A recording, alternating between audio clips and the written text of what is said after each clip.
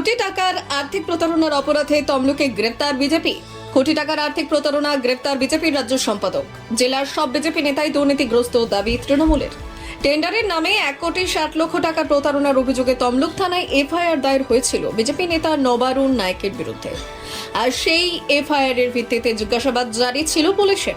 মঙ্গলবার সন্ধ্যায় তমলুক থানার পুলিশের হাতে গ্রেপ্তার হন বিজেপির রাজ্য সম্পাদক তথা বিজেপি তমলুক সাংগঠনিক জেলার প্রাক্তন সভাপতি নবারুণ নায়েক।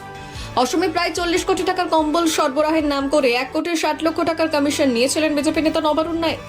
নথি জালিয়াতি করে টেন্ডার পাইয়ে দেওয়ার নাম করে টাকা হাতানোর অভিযোগ উঠেছিল তার নামে। এই মর্মে এফআইআর দায়ের হয়েছিল তমলুক থানায়। তার নামে আর্থিক প্রতারণার অভিযোগ মিথ্যে এমনই দাবি করেছিলেন নবারুণ। মঙ্গলবার সন্ধ্যায় তমলুক থানার পুলিশ গ্রেপ্তার করে নবারুণ নায়েককে। ঘটনায় তৃণমূলের দাবি, বিজেপির সব নেতারাই দুর্নীতিগ্রস্ত, এমনকি রাজ্যের বিরোধী দলনেতা তিনিও দুর্নীতিগ্রস্ত। কোটি টাকার আর্থিক প্রতারণায় মঙ্গলবার গ্রেপ্তার হয়েছিলেন বিজেপির রাজ্য সম্পাদক। বুধবার তাকে নিয়ে যাওয়া হয় তমলুক কোর্টে। অসমে মোটা টাকার কম্বল সাপ্লাই হবে বলে জেনেছিলেন কলকাতার হাইল্যান্ড পার্ক এলাকার বাসিন্দা বিশ্বজিৎ দত্ত। মোট 39,60,00,000 টাকার কম্বল সরবরাহের বরাত দেওয়া হয়েছিল। আর সেই বরাত পাইয়ে দেওয়ার জন্য নবারুণ নায়েককে 1,60,00,000 টাকার কমিশন দিতে হয়। তারপরেই যোগাযোগ বন্ধ করে দেন নবারুণ।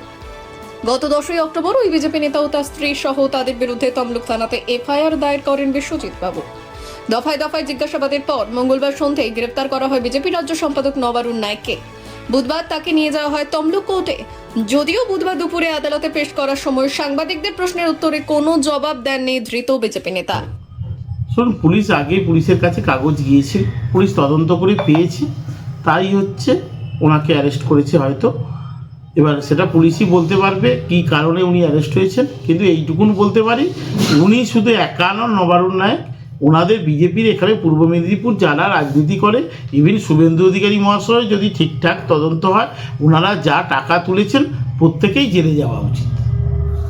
উনি দুর্নীতির দায়ী বলতে চাইছেন?